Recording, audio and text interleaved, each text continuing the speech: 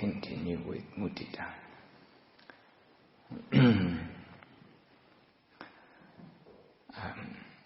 Yesterday we talked about diagnosis and diagnostic and treatment function of mudita. That when we start doing mudita,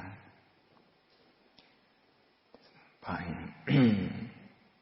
orientating the mind towards something positive in our life, that doesn't mean that mudita will arise straight away.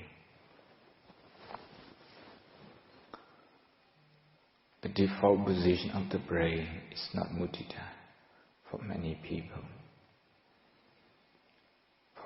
For many people, the brain default position is negativity bias, is fear.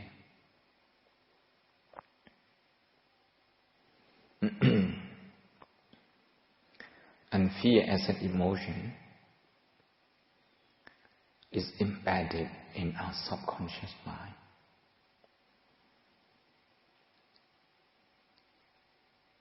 So during the day, most of the time, our thoughts, our speech, our action are dictated by subconscious mind, subconscious habit. We fear of losing what we have. We fear of not achieving what we want to achieve. We fear failure. We fear of being overshadowed by other people. We fear of not being recognized by other people. A lot of fear. We fear of not feeling well. We fear of the future. We fear of not being loved and cared for. We fear of not being seen, not being heard. When we have an opinion, when we want to say something, we fear that we may not be heard. Fear makes us feel insecure. So that's the default position. That's the default position. That is why when we start practicing mudita, appreciative joy, despite our effort, appreciation doesn't come automatically. Joyful feeling does not arise automatically. And we have to be reminding ourselves of this one. So in the Four Noble Truths, the Buddha always starts with dukkha. Something difficult to bear, something difficult to accept is called dukkha.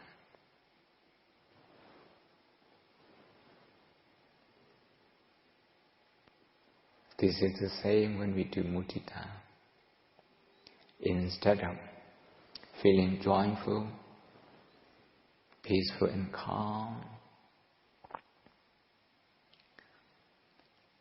we will start seeing obstacles, starting from being disinterested in our own happiness, in our own joyful feeling. We can look at what we have. The people who are listening to this talk from home, you can look at your home, you can look at your business, you can look at your car. And do you feel joyful straight away? Actually, that's very difficult for you to do that.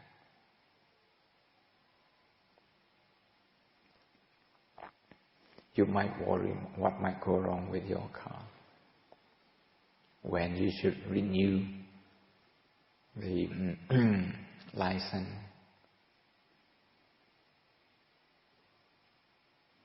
if your neighbor's car is going to overshadow the importance, the significance of your car. And the same with your house. Just by looking at your house, you don't feel straight away. Instead, you will be thinking what you should be adding, what you should be putting in more to the existing one. Because your house as it is now may not satisfy you totally. You can see these thinking, these thoughts, they are all subconscious. They are not there with mindfulness. So when we do mudita, we will have to be prepared to work on these thoughts, this feeling. When we do mudita, when we come across this thought, that means mudita, meditation, is helping us to diagnose some conscious habits. And we can use mindfulness to acknowledge that without judging good or bad, using non-judgmental mindfulness. Just acknowledge the pain, just acknowledge disinterestedness, acknowledge it.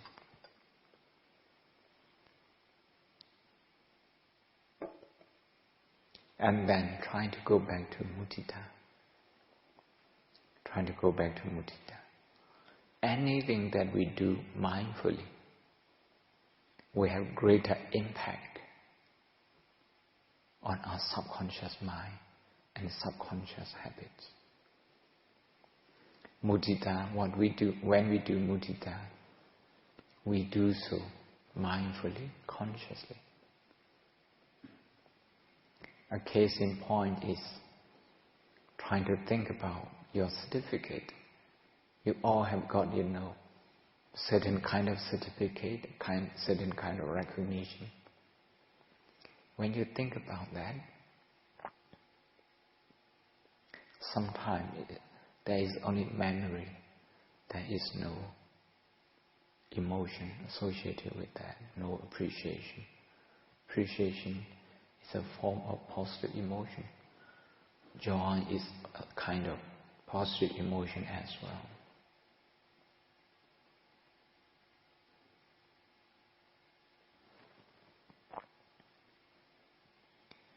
So in this form of mudita meditation, it has to be rooted, this meditation has to be rooted in Satipatthana mindfulness meditation.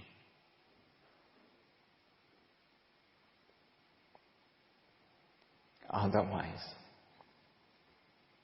mudita meditation has no protection. So mindfulness has to protect mudita. It has to grow it, it has to protect it, it has to nurture it. So this evening, we will be practicing as we did yesterday. But for the sake of those who have been following this talk online, on the first day we broadcast from Shanstha Buddhist University.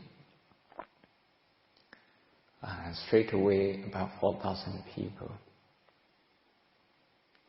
listened to this talk, and within 24 hours, more than 6,000 observed this,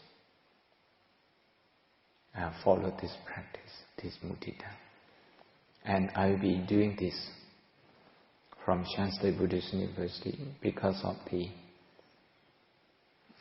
coronavirus. And we don't have a big gathering. And I have cancelled many functions, many trips. So I'll be doing this from Shanstei Buddhist University for as long as this situation permits me. For the sake of the staff and students here, as well as the Dhamma practitioners all over the world, I'll be doing this in both English and Burmese. And for the Shan, I'll be doing separately. So every evening, whenever the opportunity arises, I will try to do this regularly.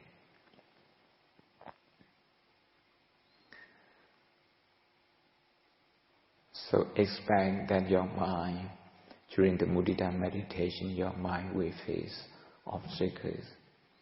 Sometimes the mind will be wandering. It's okay. If you watch this program at home, now it's time to meditate, because I'm going to be switching into Burmese.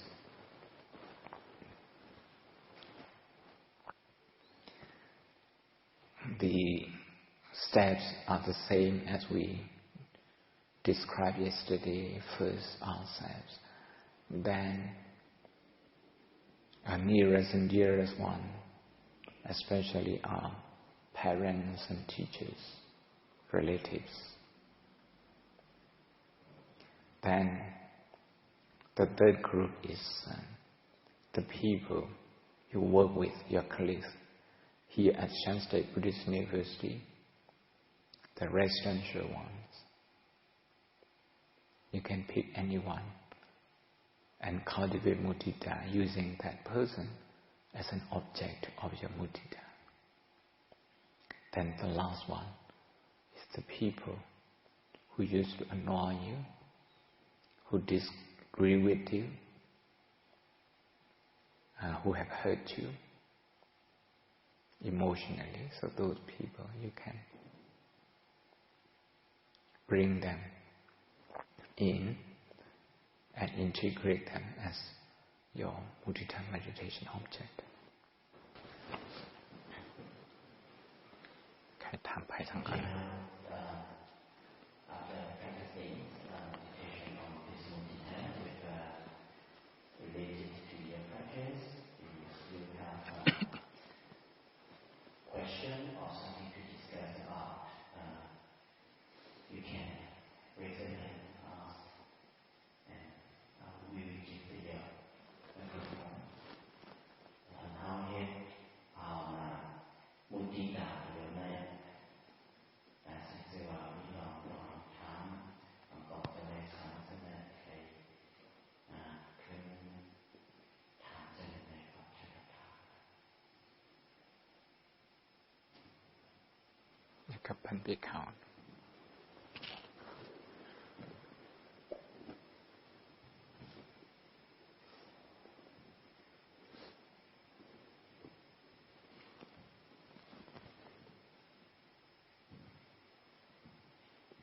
Good evening, sir.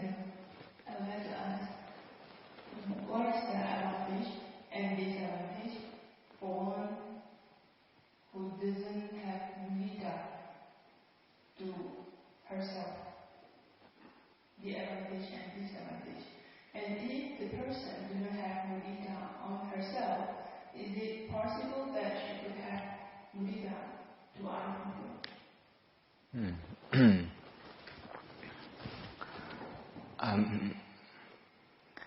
Somebody who doesn't have mudita on themselves, they find happiness very difficult to come by. They put in a lot of effort in life to succeed. When they actually succeed, they feel excited. And they take that excitement for happiness. Actually, that excitement is not happiness. Imagine that.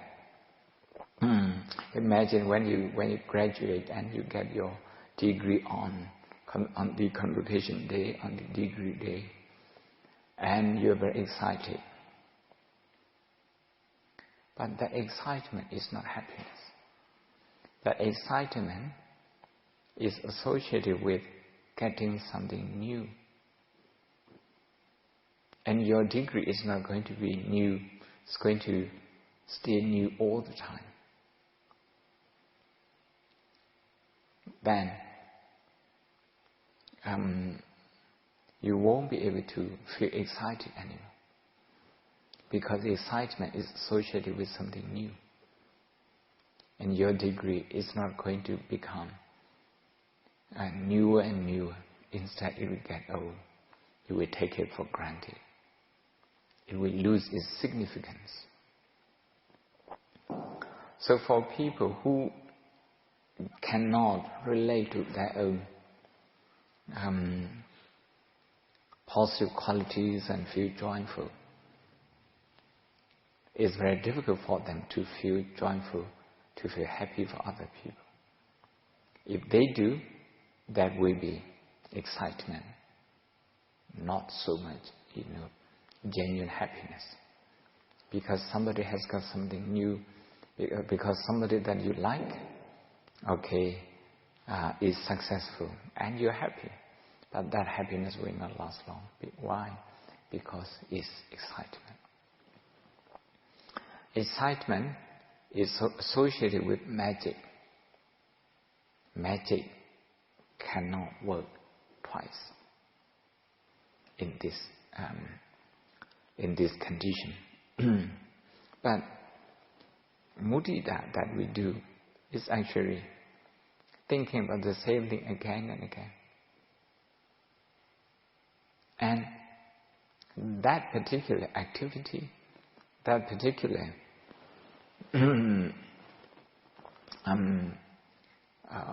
effort, that particular hard work, still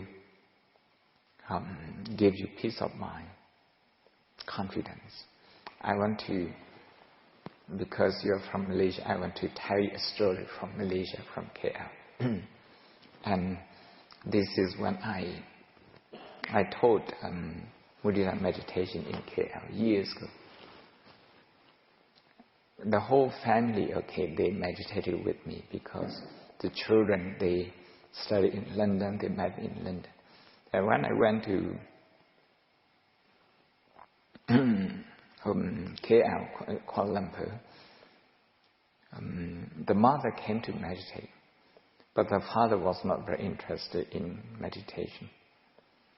And whenever they asked him to join them, to come and see me, is he going to ask me to meditate? He would always ask that question. So the daughter told me that, Papa, doesn't want to come because you would force him to meditate. Okay. The next day, tell him that I won't ask him to meditate. And promise. So he came. When he came, I'm not going to meditate with you. I'm not going to teach you meditation. But I want to ask you to think.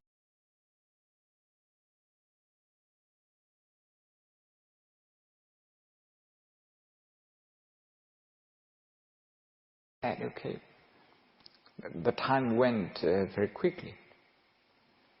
The story he told me, after the sitting, told us that he was the railway station master in KL.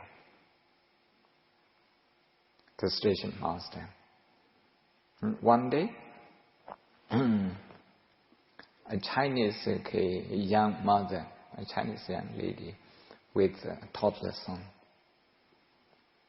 was crying on one of the platforms. And when he came in the evening for a night shift, he said, "Oh, what's wrong with you?" She told him. She said she Originally she was from Penang, and she was married to a Singaporean, and she now lives in Singapore. She has been to Penang to see her family, now on her way back to Singapore. And just after the train started from Penang, her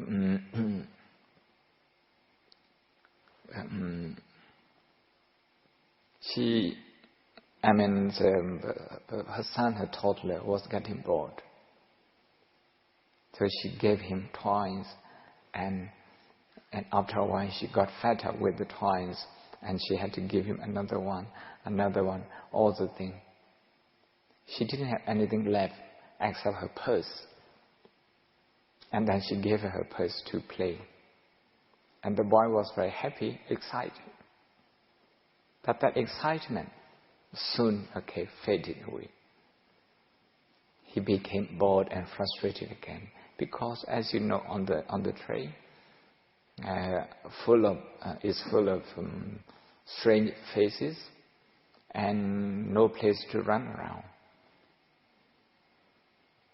So what the child did was, out of frustration, he just threw the purse out of the window. And in that purse was the ticket. She couldn't ask the train to stop. She couldn't get angry with her child. She was desperate. At that time, the train conductor came and checked the tickets. Where's your ticket? She explained and explained. The man wouldn't take it. He wouldn't accept. I don't want to bring in the racial dimension. He mentioned that, but I ignore that. Then he said, he told her, I can report you to the police. Being on the train without ticket. No, sir, I have it, but my son-in-law, no. These people, they saw it. They saw the child throwing away the purse. They didn't know if the ticket was there. Okay, I'm going to let you off this time, but in the next station you must get off. Otherwise, I'm going to report you to the police. The next station was KL station, so she had to get off. But in the evening, she has no money because the purse was thrown away. No ticket. She was hungry, and her child was hungry as well. The telephone numbers, everything was lost.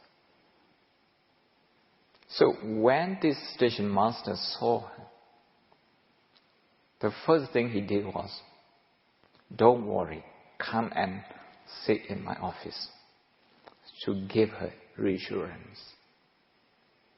And straight away he went out to the nearest restaurant near the station and to get some food. He said, Master, you never come to our restaurant. Why today? And he told them about the lady, and they donated some food, and he paid some. He brought the food and he asked them to eat. And then, out of his own pocket, he gave some money, and he also asked his staff to contribute whatever they wanted. So they all contributed. And they bought the ticket from that money, and the rest they gave her as pocket money. She was so grateful. And the next train, he put her on to the next train. And telling the staff on the train to take care of. When he told me he had already retired, that incident took place some 30 years ago. When he said, when he was thinking, revisiting the incident, he felt goosebumps. He felt so happy, so proud of himself to have done that. 30 years. Look at your certificate after 30 years. Would you feel that joyful feeling? Very difficult. Some people don't even know where they kept their certificate. If you eat a very delicious food, how long that food, that taste, that delicious taste can sustain your happiness? No, it cannot, because it's not happiness. People cannot distinguish happiness from excitement.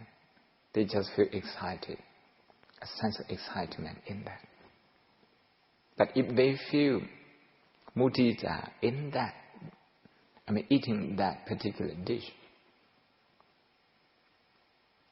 that happiness will stay with them forever.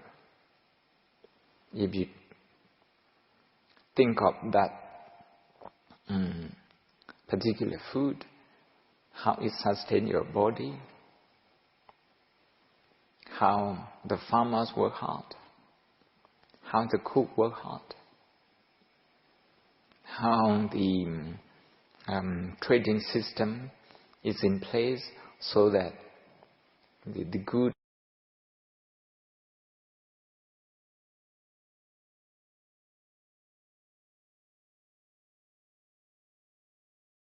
that is safe enough for us to eat.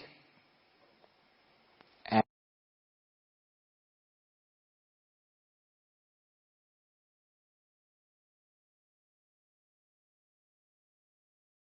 you think about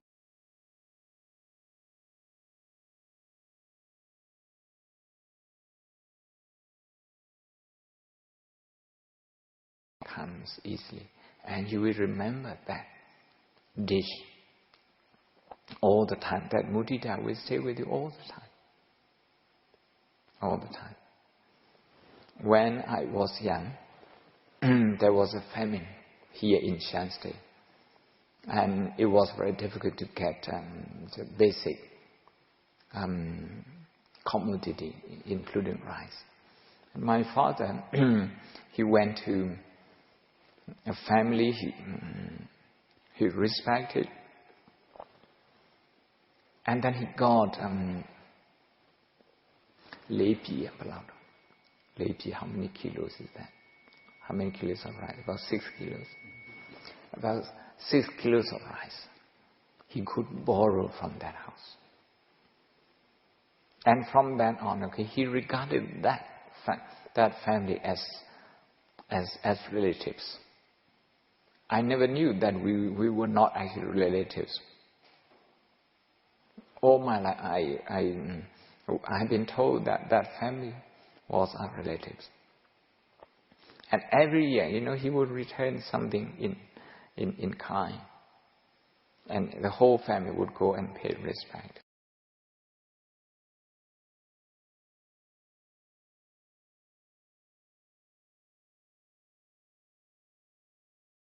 Give him a lot of joy, a lot of love, a lot of warmth, a lot of kindness, whenever he did about it. Later, he did very well. He could give away a lot. But then, I would think that 6 kilos of rice that he received from that particular family, actually, you feel happy with getting this thing, because there are people that are happy and also people that are not happy with this event. People who are not happy, you need to have compassion for them. That they have the opportunity to be happy, and that they are unable. They don't have the ability to feel happiness. You need to feel that pain. When they are not able to feel happy for you, they just don't stay in the middle. No. Actually, they feel very disturbed, they feel tense. They feel negative towards you. So by looking at you, they are wounding their heart. Their heart is in pain. So for them, you need to have compassion, karuna. If you don't have compassion towards them, their reaction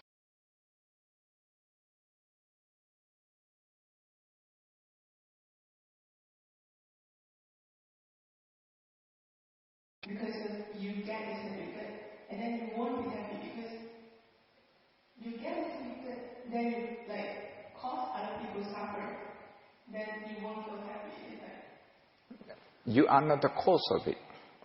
You are not the cause of it. You don't intend to make other people happy and go for a certificate. If that was your intention, maybe. If you want to prove somebody wrong and make them rubbish, make them feel inadequate because they think they look down on you, and you want to prove that. And when you get a certificate, if they become really unhappy now that you have proved them wrong, maybe you play a part in their happiness. I mean, you are not alone, they also play a part. But you become a small trigger in that. A trigger, there's in psychology a trigger of certain emotion. But you are not totally responsible for that. If you look at successful people in Taoji, and if you feel miserable, and they are not responsible for your misery, you see. But for those people, look at Devadatta didn't like the Buddha. Becoming enlightened, leading the Sangha and being recognized, and that he didn't. Should the Buddha stop? Should the Buddha, if possible, return his certificate of enlightenment? No. Because the Buddha's intention was very clear. He wanted to help everyone, including Devadatta. That Devadatta was not happy with him was not his fault. But all along, whenever Devadatta acted improperly, the Buddha would have compassion towards him, would feel his pain. Seeing that Devadatta was causing pain to himself and also to others.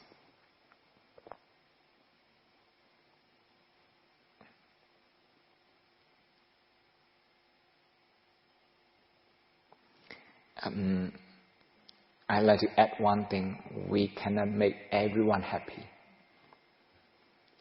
We can be kind to everyone. And that's enough. That's enough.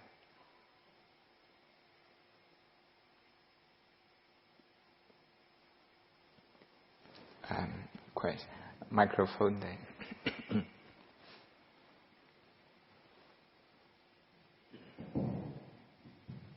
Good evening, Sarah.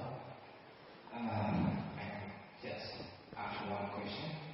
That is, Sarah about his concern with my ISD topic energy. That's one. I would like to know more about the Buddha.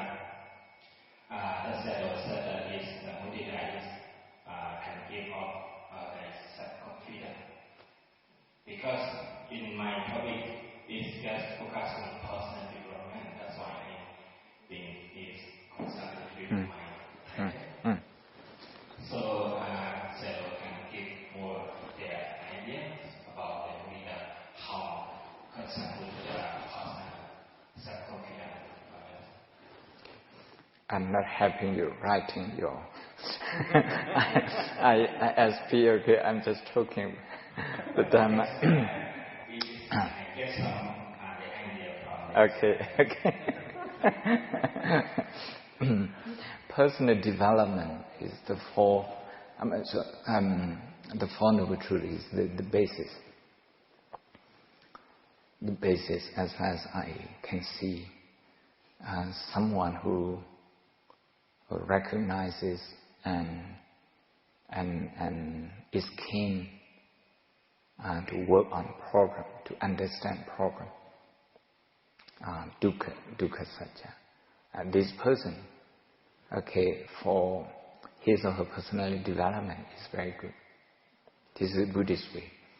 Buddhist way is problem-based approach. It's based on dukkha. Our thinking is based on dukkha in Buddhism.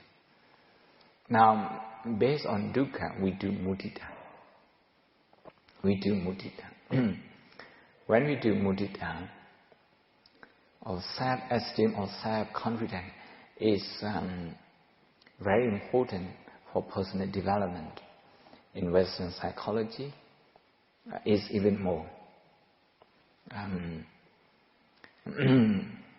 With that, they go up to what they understand as ego or self-actualization.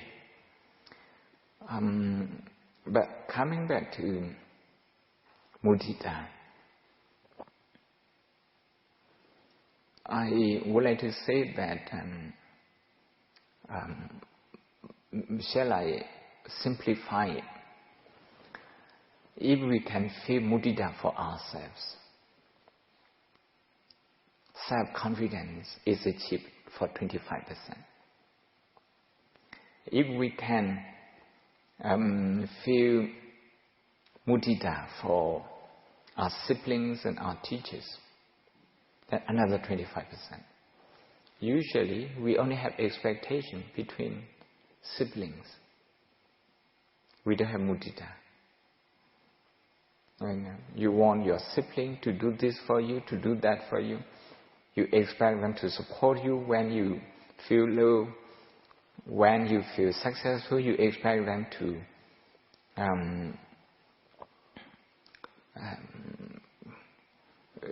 celebrate with you, to acknowledge, to recognize your achievement. But if they don't do that, you start feeling disappointed straight away. Why? Because among the siblings, the relationship is marked by expectation. So here we are changing. Instead of that expectation, we are recognizing our siblings for what they can do, for what they are. We are recognizing them. Then the relationship between siblings and families will be better. Personal development depends so much on the relationship that we have with our family. Some people, they have trauma with their family members. So, the third quarter of self-confidence comes from strangers. If you can relate to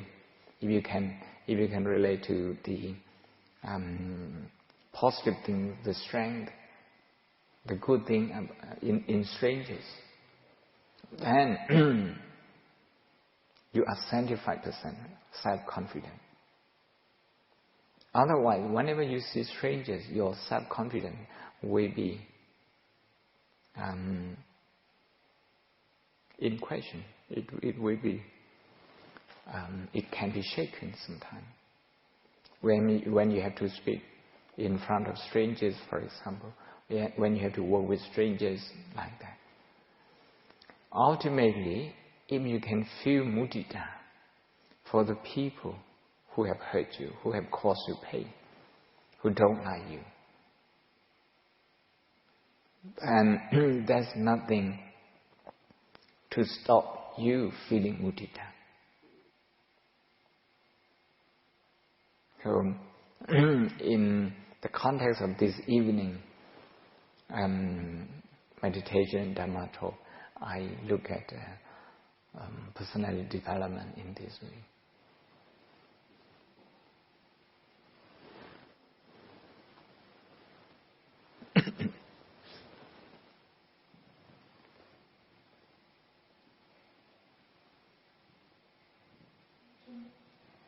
Good evening, Homo. I've been following your lectures on Mudita for quite a while now, and I've been trying to apply in my life. So I kind of rejoice from the other people's achievement, starting from my family members and my friends around me, and even those people who I do not even know. So I read a lot of newspapers and online news. So from time to time, there are people who get achievement. So I try to rejoice on them. And sometimes I know that my mudita is very genuine. But in one particular case, a person that, let's say, I dislike got some titles, and then I thought, this person doesn't really deserve these titles. Why? But then automatically your teachings come into my mind, and then rejoice with them. So that's done. And when people came up with the same topic, this person gets this title and this and that, doesn't really deserve it, something. So this thing comes into my mind again, and at that time I can no longer rejoice. So I know that my mudita is not genuine. So how should I react to that kind of things when it happens again in my life? This is exactly what we were trying to do this evening. Mudita diagnosis are part of your subconscious habit. When somebody receives a title, the fact that you find it difficult to rejoice in that, instead you can find many reasons why this person doesn't deserve it. We can look at this as fear. As fear. If this person with this title, we know the person you don't like, if this person receives a title, if this person will become more prominent, is better recognized in the society, subconsciously we have that fear. We have that fear. We all have this fear. Because we cannot live alone in the world. We need to live in a society. And for that, we need a society to accept us, to recognize us, to approve us as a member. This is a lifelong need. Lifelong need. We can call deep-seated need of everyone. Deep-seated need. So, with this, when we don't like somebody, and that person has a change in his or her status, maybe is getting elevated, actually we feel threatened. We feel threatened. Whether or not it happened exactly the way I described, it doesn't matter. What happens is that when you see that person, your subconscious mind needs to reinterpret it. Yes, this person has got this title, but he is not that title. He is not somebody who deserves that. By convincing ourselves that way, we feel good. We feel good. That person, he has that title. The government gives him that, association gives him that title, but he really doesn't deserve it. We like to be judgmental that way. By telling ourselves that way, we feel good. Why? Because we think that title is important and this person doesn't deserve it. there's a conflict that's contradictory in our subconscious mind. We resolve that by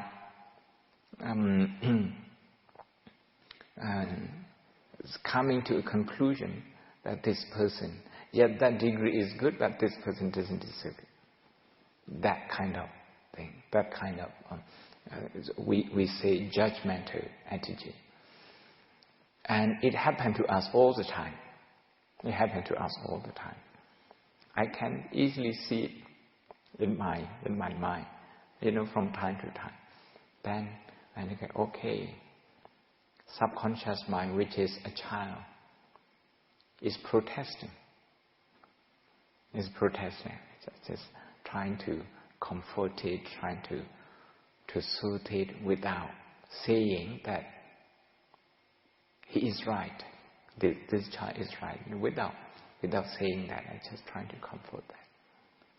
That's what mindfulness or Satipatthana does.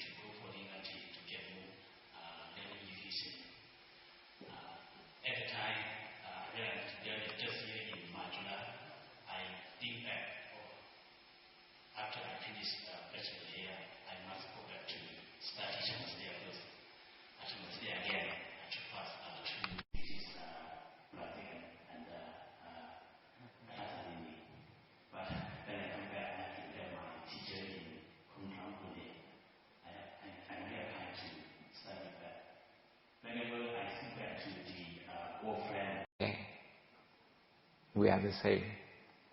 I get the same degree. I have the same, like a big car, for example. Yeah. So, what you need to work on, in addition to mudita, is to look at that competitive mind. Competition is something people use very widely to motivate themselves. I have been arguing recently, for the last 2 or 3 years, that competition has a lot of side effects. We should never compete. There are things that we cannot avoid, from competing, because the world's resources are limited and we have to compete for them. But a lot of times we compete unnecessarily. I have been going around to teaching monastery to tell students and also their teacher not to compete. They use competition as motivation to make the students work, to motivate them. I said, dangerous. If two very good students, they compete, they see each other as a threat, and they work very hard. And if they become two cabinet ministers in the government, they still compete. Now, it's very dangerous. Between competitors, there is no collaboration. There is no cooperation. All they do is they want to prove each other wrong. They want to prove that they are better.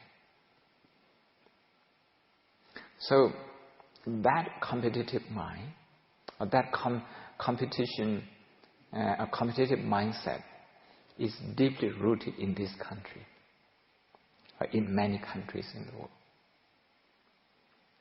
In my talks, in a few of my lectures, I have cited education from Denmark. No competition. The results, they don't rank you 1, 2, 3, 4. No.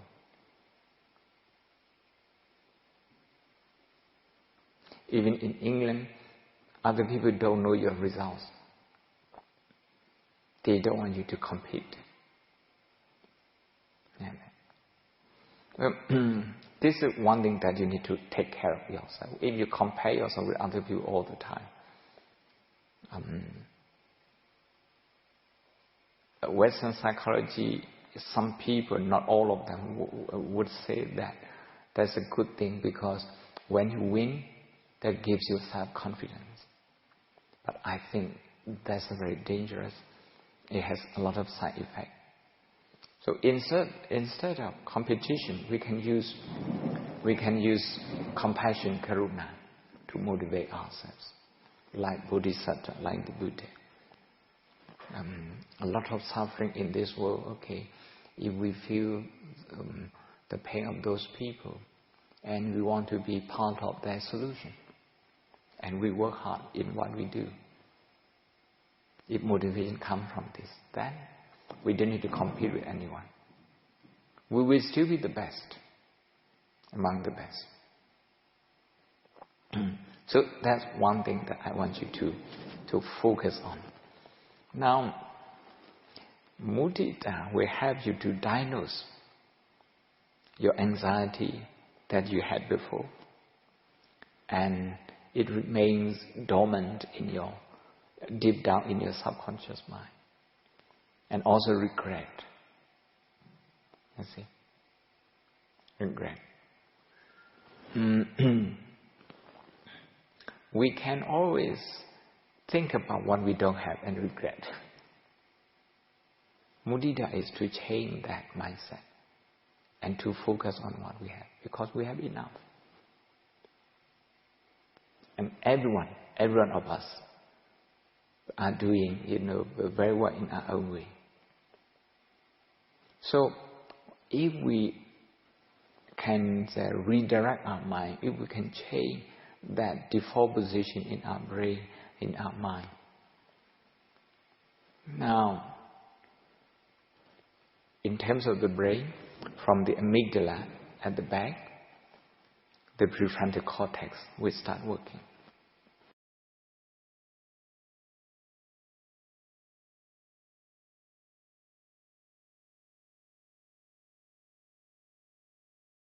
As much as the position of the mind, the habit of the mind.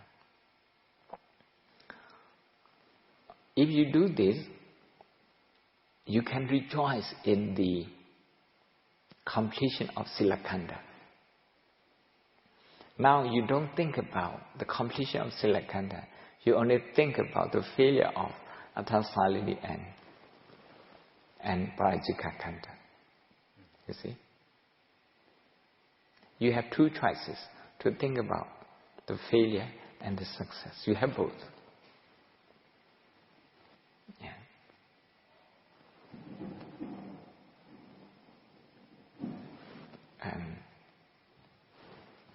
Nandobasa.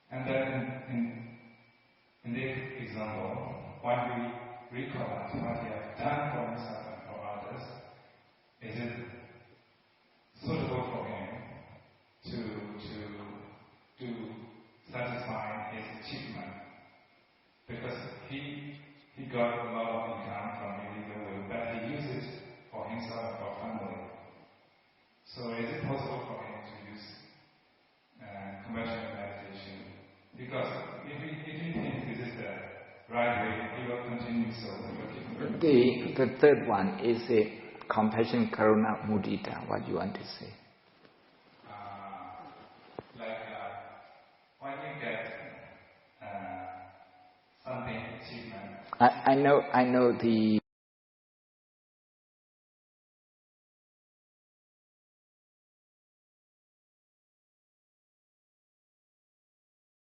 compassion or joy.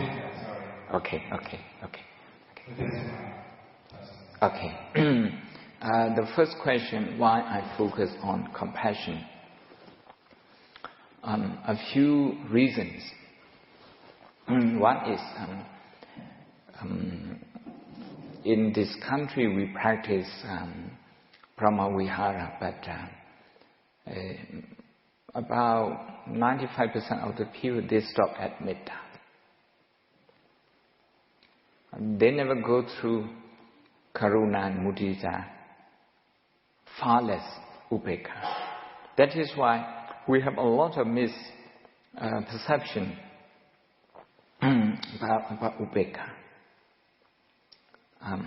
In 2015, I gave a long talk on misunderstanding of upekkha in this country. Not just this country, but also in Thailand and also in Sri Lanka.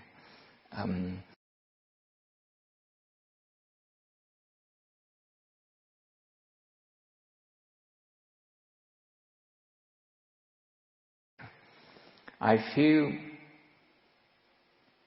because we start with metta and we don't get to karuna. So I want to encourage people to do that. I want to bring to their attention the importance of karuna.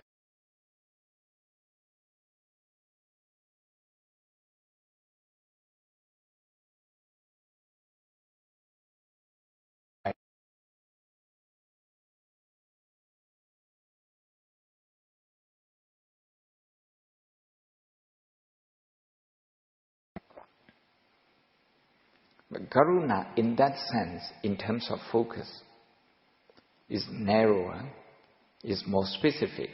It works only on pain, on unpleasant experiences. Dukkha aya. It works on that. But just to work on that and develop our mind without intention to take some action to solve problem, it's not karuna. So what we usually say, Tanavare, oh, I feel compassion, I feel his pain, her pain. That much is not compassion.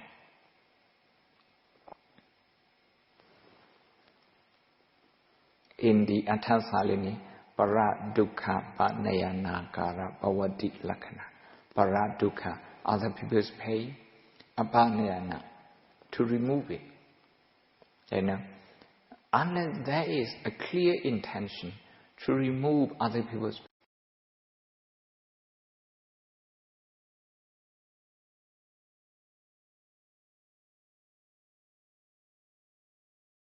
karuna. When we disagree something in this country, we get angry with each other easily, we fall out with each other easily. We stop talking to each other, we stop cooperating with each other easily. I see this as problem of anger management. But when somebody gets angry with you and stops working with you, if you behave the same, even if you don't get angry, if you stop working with that person, then you also have the same problem, the same EQ problem. You sustain that tension. Okay. I mean, how to develop this country? Not this country. It may be Thailand. It may be Malaysia. It may be England. After Brexit, it may be America.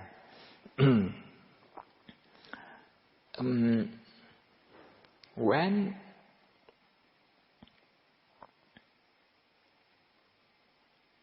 we disagree with each other, our focus is fixed on the people we disagree with. We become fixated with the people who annoy us. And we lose our focus.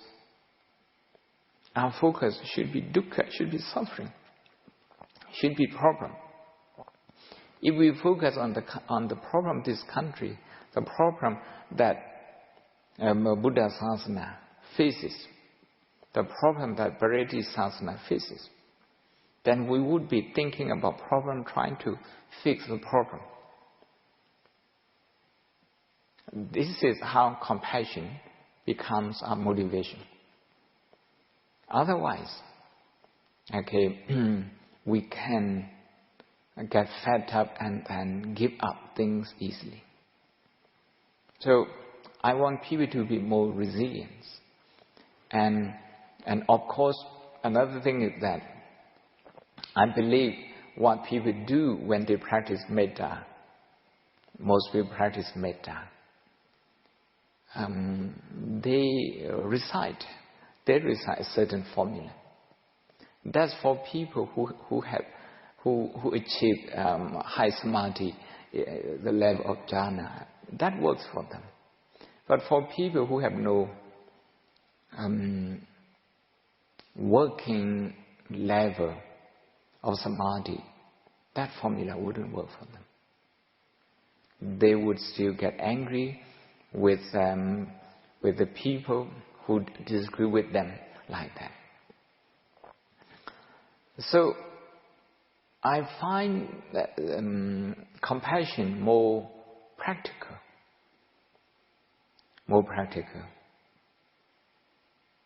And I have been trying to apply this to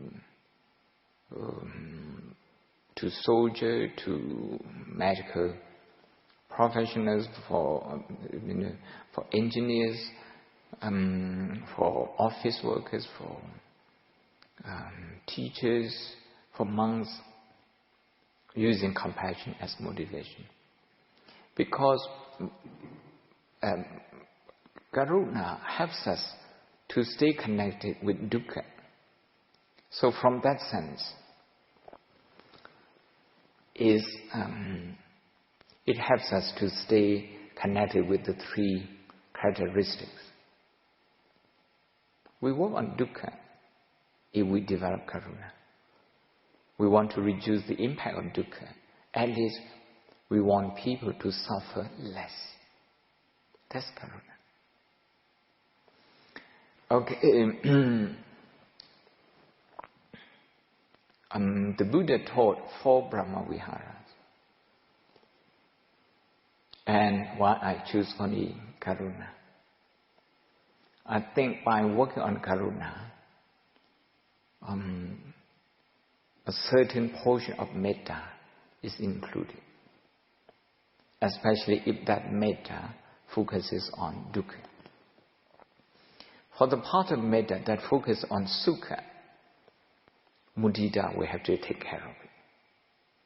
So in my understanding, roughly, karuna and mudita, they are branches of metta. Metta is wider than that. Metta has a lot of qualities. But for many people, it's too abstract.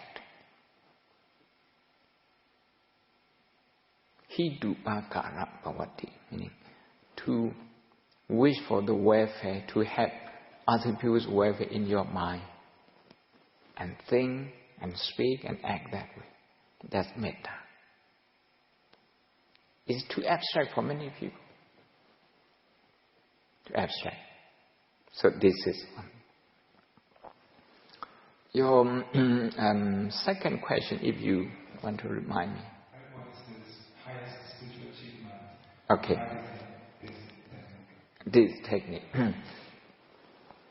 This technique, I usually introduce basic satipatthana first. Basic satipatthana, especially cittanupassana, to get to know our emotional reaction. So like today, we do mudita, and we use mudita as diagnosis. We can use karuna as diagnosis as well. Now,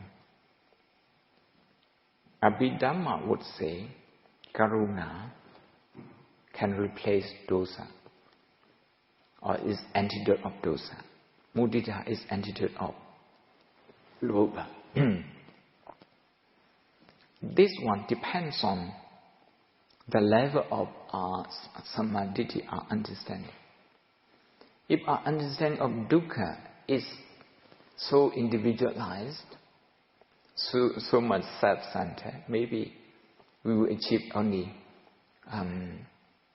samadhi, We will achieve only samadhi.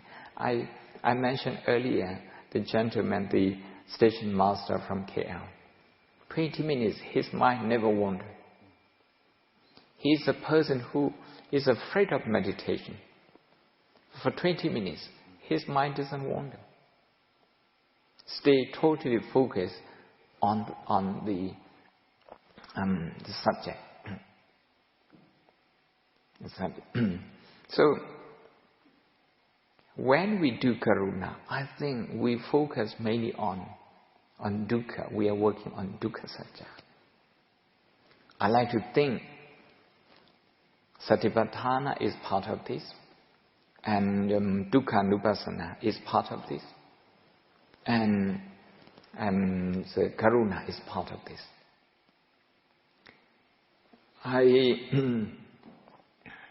Sometimes I question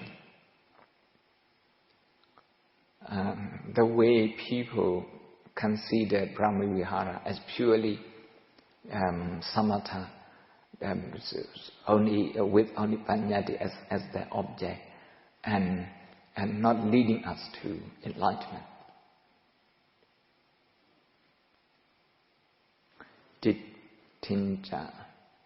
Dittanca anupakama silawa dasanena. By working on karuna, by working on dukkha, if I work on my pain, my disappointment,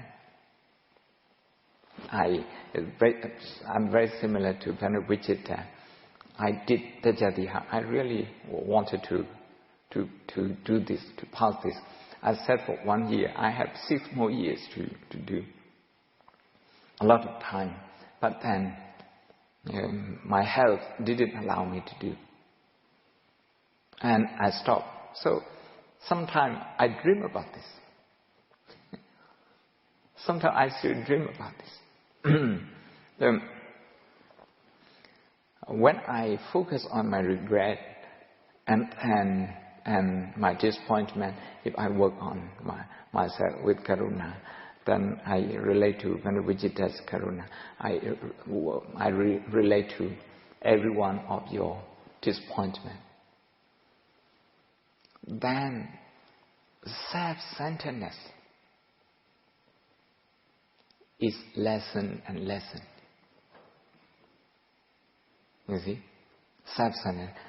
The fear that helps us to identify regret as me, as mine, becomes less and less.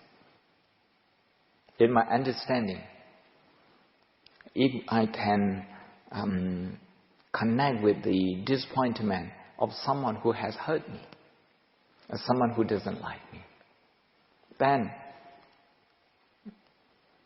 I think we can look at disappointment and see nedang mama neso hamasmi na meso atta. Not just me. It's not me. Just cause and effect. I don't really need to use my past to define myself anymore. I can liberate myself that way. Dittanca anupakama silawa dasanena sambandha. This is Sotapanna. Brahmavihara, following Brahmavihara. Kamesu vineya gedang nahi jadu kabasya bun. This is anagami. This is what we chant every day here, is the very words of the Buddha. And I really believe in that. But some people have a twist in that. You have to work on vipassana. This one alone is not enough. They would say that. Actually, the Buddha has already included vipassana in the Metta Sutta. When he says, Ewang pi sabba buddhesu, reach out to everyone, to the whole world. Using your pain to reach out to all of them. Using your joy, your success to reach out to all of them, the whole world. Abharimana. I think there is a lot of spiritual achievement in that. I think the last question is ethical question. Ethical question. Someone who got rich unethically, and should we feel mudita for this person? We need to be clear. This is the reason why karuna and mudita are separate. There are certain parts that we need to feel his pain. That person, in our eye he may be enjoying himself because he has a nice car, because he sent his children to top university using, if they come towards me here,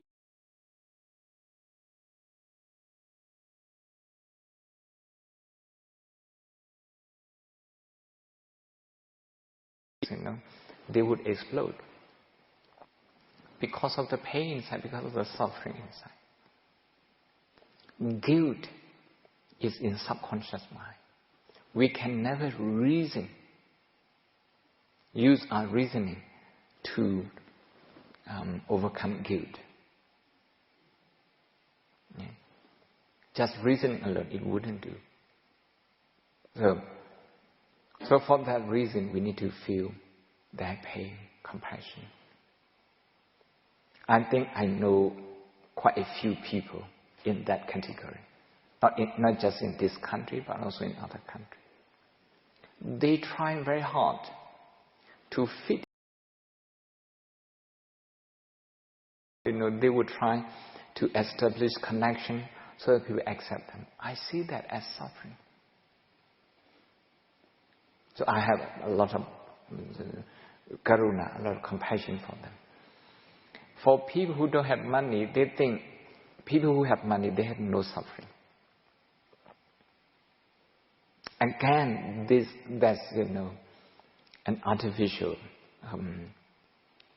understanding of suffering. So then, should we do mudita for them? You can find if they are healthy, you can do mudita for them. If they are, if their family is intact, you can feel happy with them. If you have some qualm, some doubt about their wealth, forget about it. But in my case, I would do early in the morning, they can feed themselves. Wherever they want to go, they can.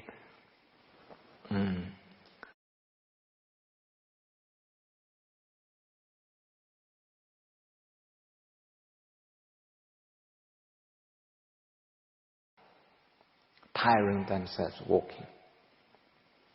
And for that reason, I can feel compassion for them.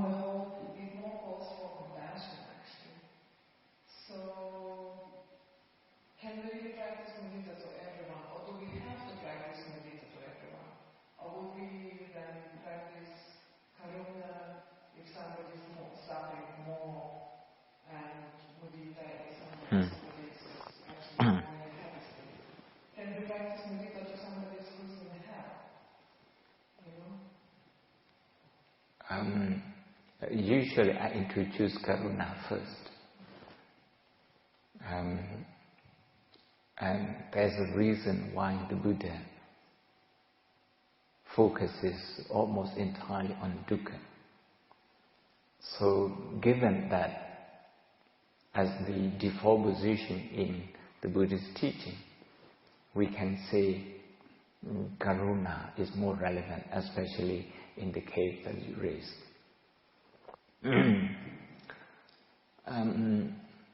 First, I want to put this to you for your own thought.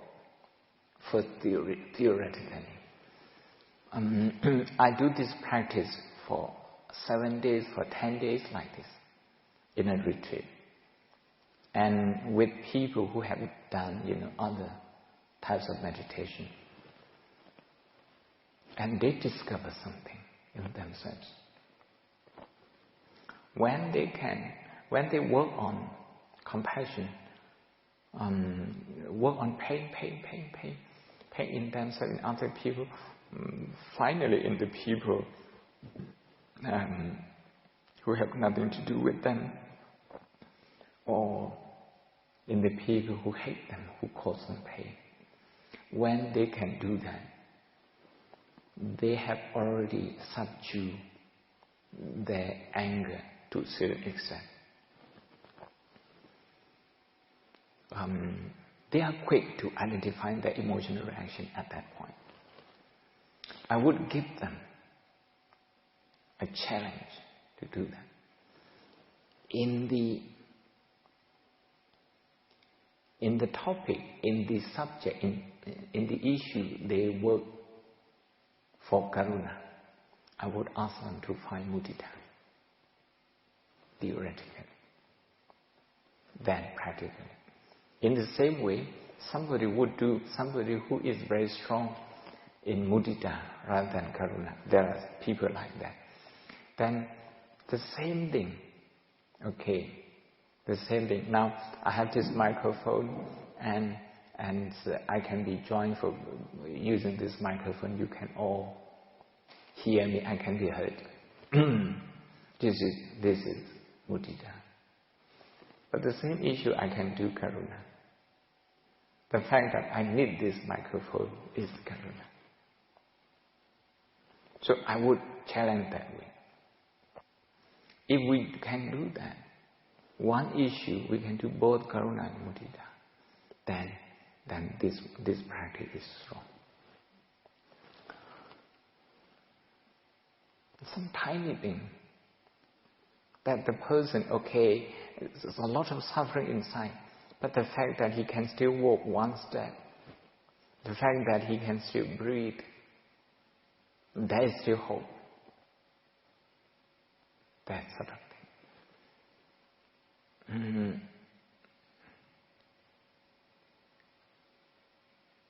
It's the kind of determination that good physicians, good surgeons would have, that they would not give up.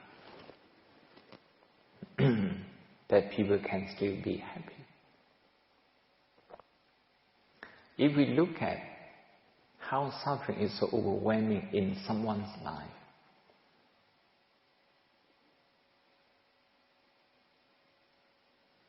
when we don't have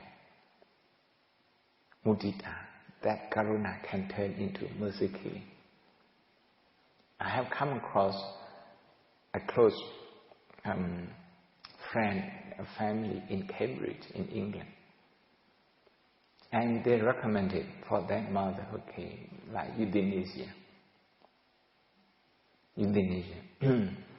And for me, after I have criticized them, I faced the same situation with my mother, who had cirrhosis. The pain only increased, never decreased. The good thing that because we have mudita, mudita means believing in the strength of someone.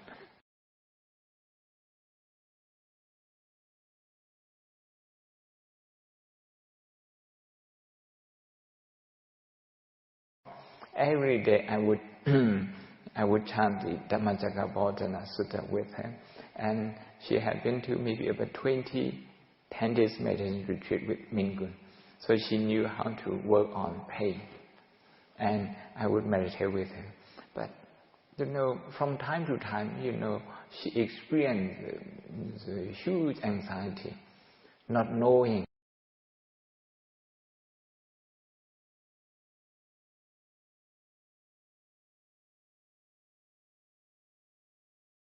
And my niece, three of us taking care of. We couldn't tell.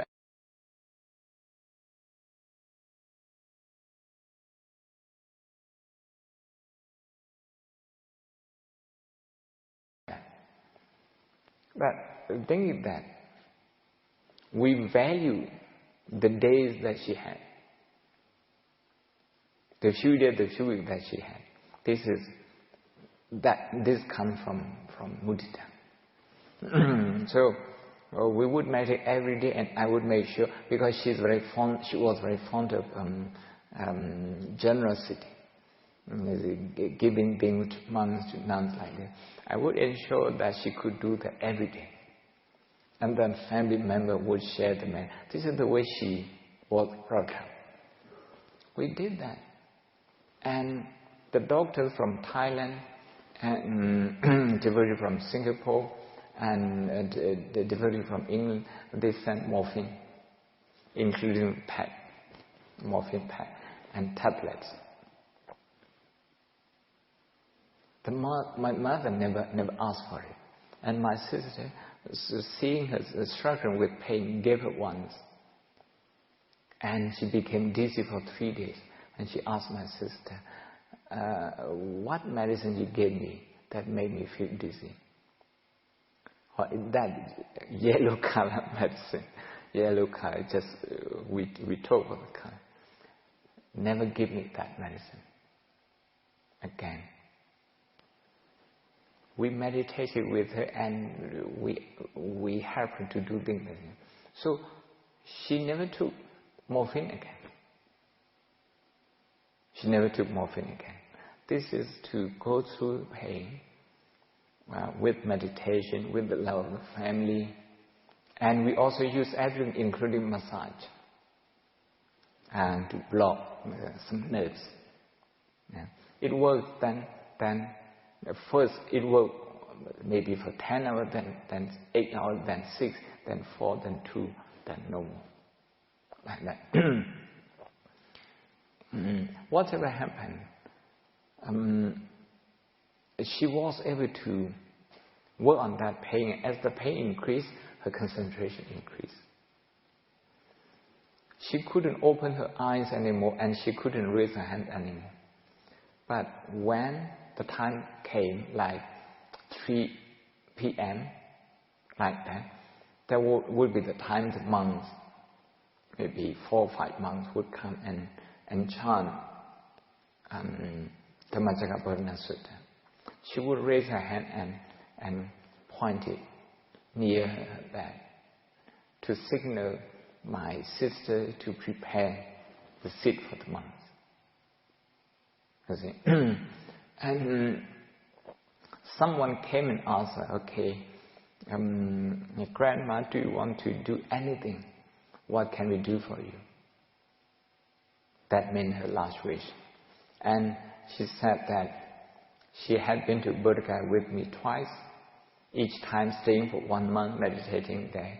And she has done everything that she wanted to do. That a sense of mudita. But one thing that she wanted to do, she wanted to offer lunch in all the 5 monasteries that I have been trained. And the family arranged for that.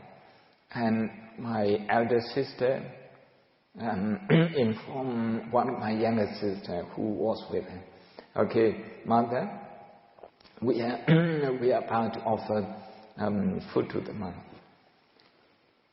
Actually, at that time, she couldn't raise her hand anymore. For some reason, she managed, she mastered her strength, and she hold her hand, both hands, on her forehead for 1 hour, visualizing that the monks were eating her meal. And so this is a belief that things can still be done in the last minute. We are not talking about the lastminute.com. We are talking about opportunity in life, mudita, believing in that.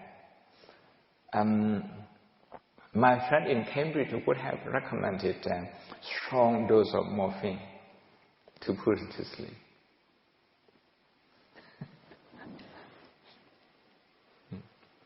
Okay, we can continue tomorrow. Sadhu, sadhu, sadhu.